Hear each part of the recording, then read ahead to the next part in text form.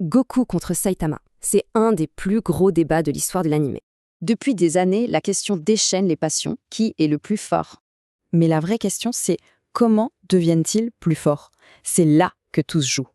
Allez, on commence avec Goku. Pour lui, c'est une ascension, marche après marche. Son parcours est marqué par des transformations clés obtenues après des décennies de lutte. Et au fil du temps, il a accumulé un arsenal de formes assez dingue. Un mécanisme clé pour lui, le Zenkai. Frôler la mort le rend beaucoup plus fort. Chaque nouveau niveau de puissance est une réaction directe à une menace plus grande. Maintenant, Saitama. Là, c'est complètement différent. C'est pas une montée, c'est une explosion.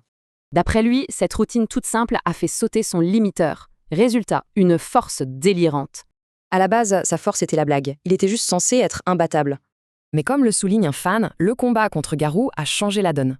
Sa puissance ne faisait pas qu'augmenter, elle se créait à une vitesse exponentielle.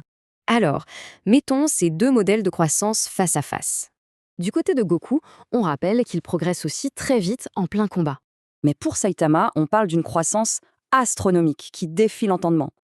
Alors, qui a le meilleur taux de croissance? Franchement, le débat reste ouvert. En fait, au-delà des chiffres, leur pouvoir raconte deux histoires très différentes. Pour Goku, c'est l'histoire du parcours. Pour Saitama, c'est celle d'une destination solitaire. Ça pose une dernière question. Qu'est-ce qui est le plus captivant, au fond?